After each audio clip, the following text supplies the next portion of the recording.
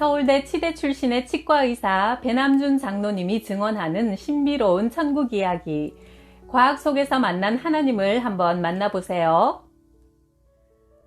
서울 구로구 개봉동에서 아담한 침례교회를 목회하시는 김만성 목사님의 아내 설희구 사모님은 20년 동안 나의 오랜 단골 환자다. 사모님이 치과에 치료받으러 오셨다가 진료 도중 유체이탈의 경험을 들려주셨다.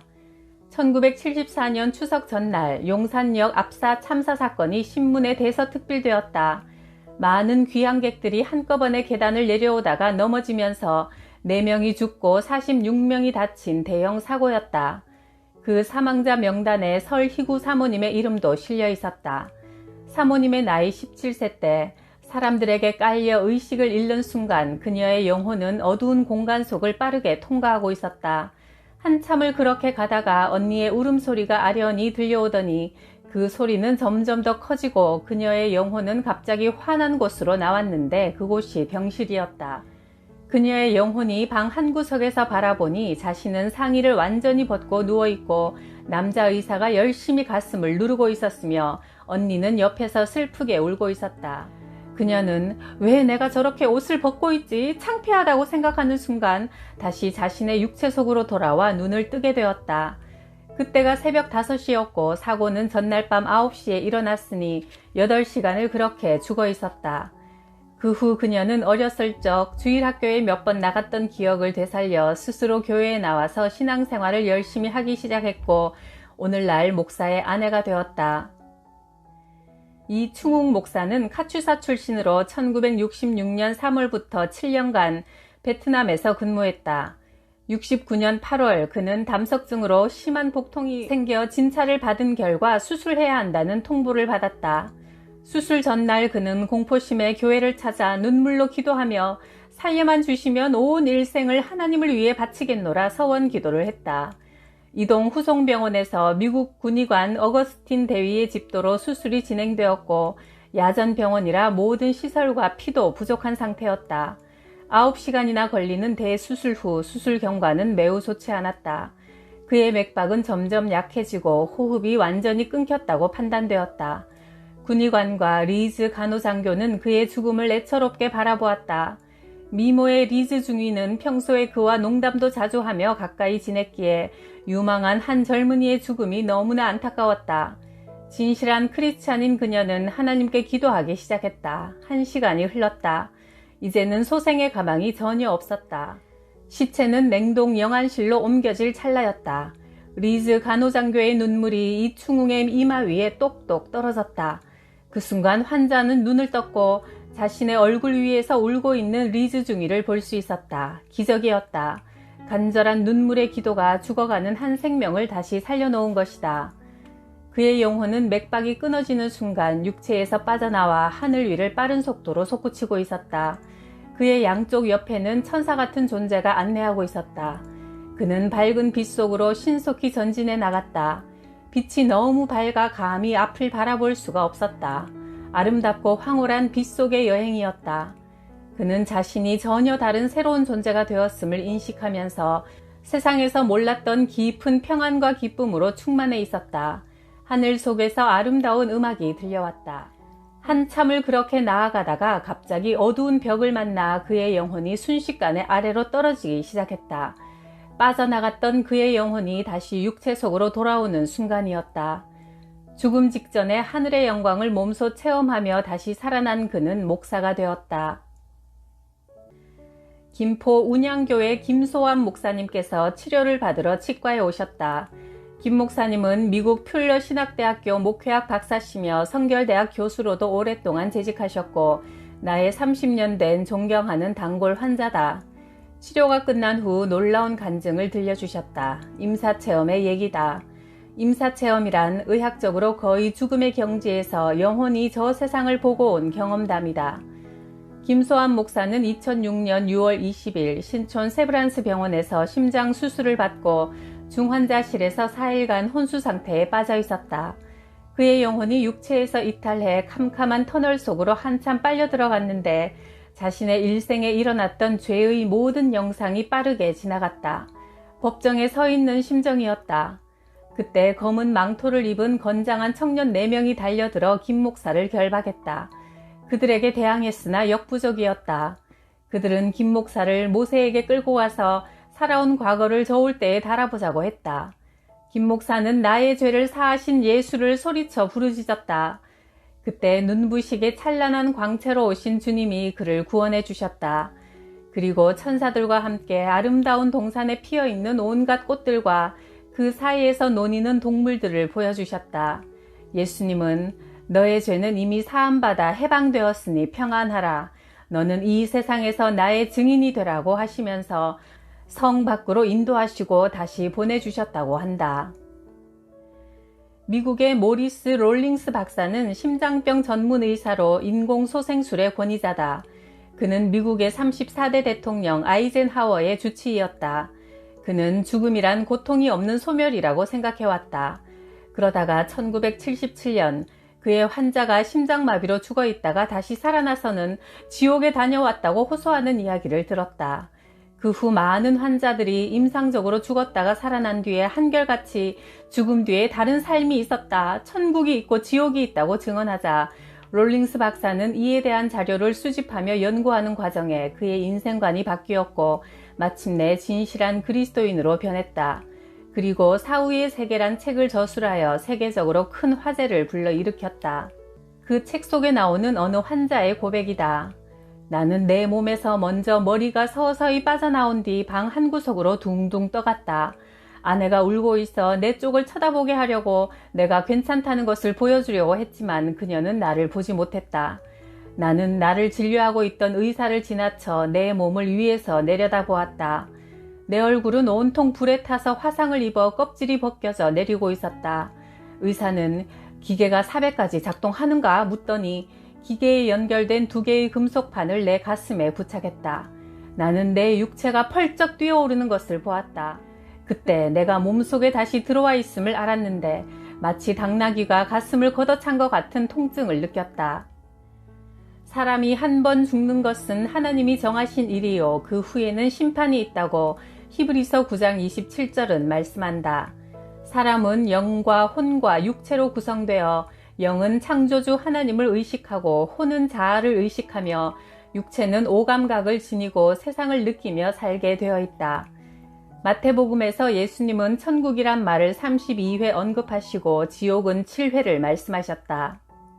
그렇다면 천국의 위치는 어딜까? 뉴욕타임즈 1981년 10월 2일자 신문에 미국의 3대 천문대에서 천문학자들이 발표한 내용이 실렸다. 북쪽 하늘에는 별이 전혀 보이지 않는다. 거기에는 인간의 지식으로 도저히 이해할 수 없는 불가사의한 공간이 있다. 지름이 3억 광년이나 되는 텅 빈 상태의 공간이 존재한다. 보통 이 정도의 크기면 약 1000억 개의 별로 구성되어 있는 은하계가 2000개나 들어갈 수 있는 공간이다. 성경은 여러 구절에서 이 북쪽 하늘을 언급하고 있다.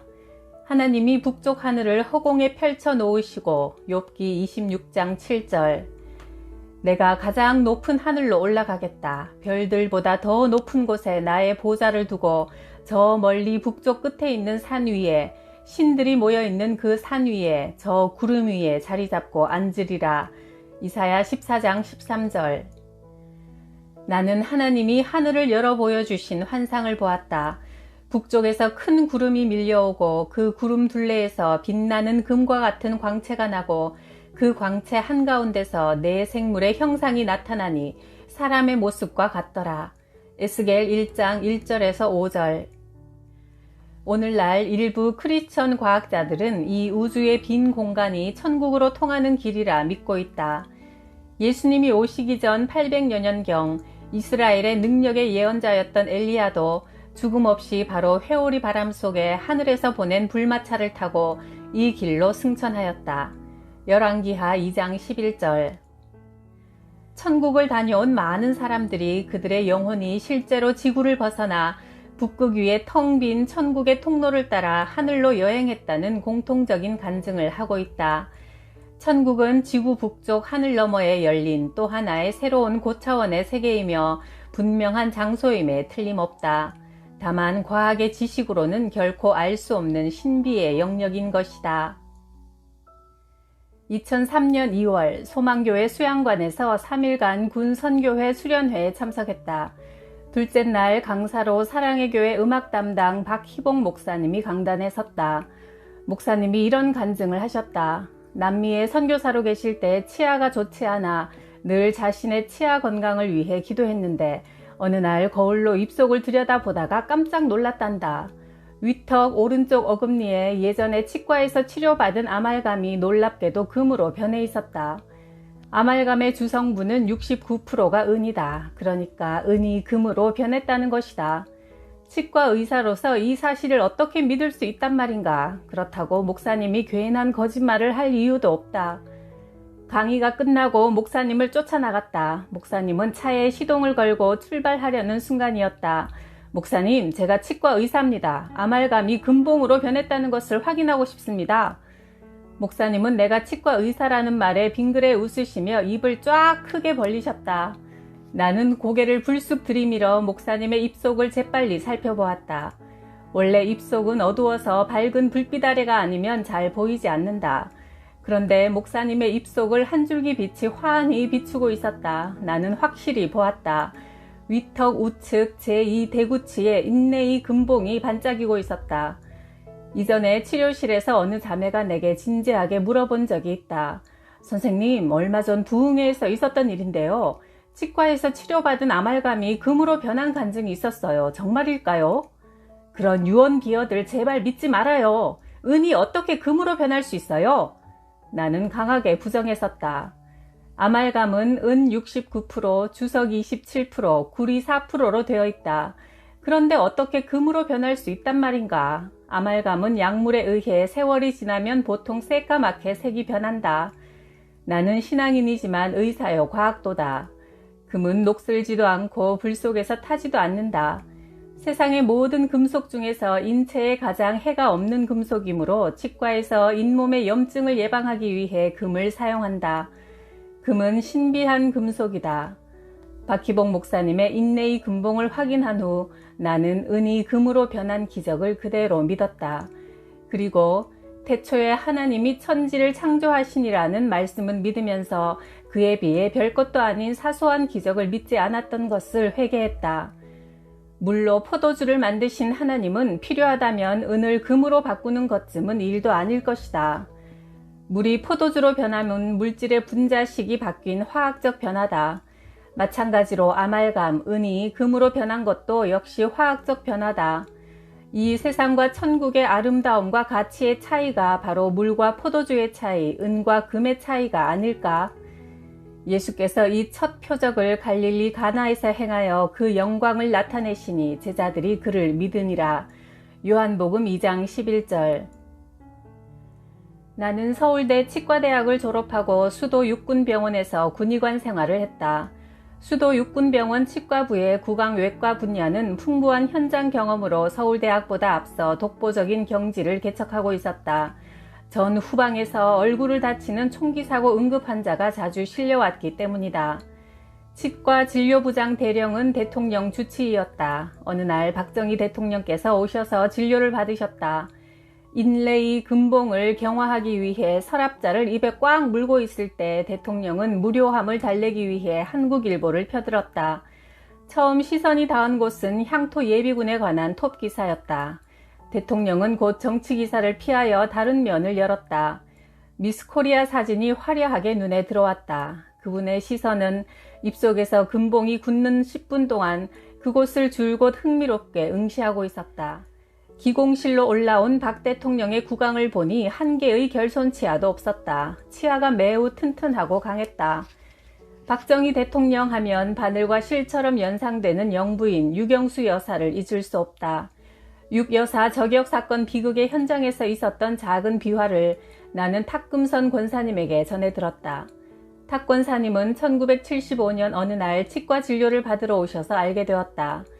74년 8월 15일 광복절날 경축 행사가 장충동 국립극장에서 있었다. 식이 진행되고 박정희 대통령께서 경축사를 읽고 계실 때 청중 속에서 한 괴한이 앞으로 쏜살같이 달려나오며 대통령을 향해 권총을 발사했다. 박 대통령은 군인 출신답게 재빨리 강대상에 몸을 숨기고 주위의 고위 관리들조차 하나같이 혼비백산하여 자기 목숨을 보존하느라 도망가기에 바빴다. 그러나 그 소란 속에서 유일하게 유경수 여사는 품위를 잃지 않고 자신의 자세를 그대로 지키고 있었다. 그러자 이번에는 문세광의 권총이 영부인을 향해 불을 뿜었다. 그때 한 용감한 아주머니 한 분이 단상으로 뛰어올라가 쓰러진 유여사의 몸을 덮치며 끌어안았다. 이 모든 일이 순간적으로 일어났다. 이 담대한 아주머니가 바로 탁금선 권사님이었다. 권사님은 독립유공자 후손들의 모임인 광복회 일원으로 단상 가까이 자리하고 있어 유여사의 모습이 정확히 보였다. 그날따라 평소에 잘 안 입으시던 영부인의 주홍빛 한복 저고리 색깔이 유난히도 마음에 깨름칙하다고 생각하고 있던 차에 머리에 총탄을 맞은 영부인을 권사님이 치마폭에 그대로 끌어안았고 그들을 실은 승용차는 쏜살같이 서울대학병원으로 달렸다. 영부인의 머리에서 흐르는 피가 권사님의 치마를 흥건히 적시고 있었다. 탁 권사님의 허리띠로 머리를 동념했지만 피는 멈추지 않고 뿜어나왔다. 유여사의 입술이 뭔가 얘기하려고 계속 달싹거렸다. 탁 권사님은 너무나 슬프고 놀라 그냥 하염없이 울고만 있었다. 유여사의 마지막 유언이 과연 무엇이었을까? 그 소리를 듣지 못한 것을 권사님은 너무도 아쉬워하신다. 서울대학병원 응급실에서 의사가 황급히 다가와 영부인의 혈압을 재는데 도와달라는 말을 듣는 순간 권사님은 그만 기절하고 말았다. 영부인의 피에 젖어 절여진 탁 권사님의 옷은 그대로 벗겨지지가 않아 가위로 오려서 잘라내어 역사적 참극을 정은하기 위한 유물로 어딘가에 고스란히 보존되어 있다.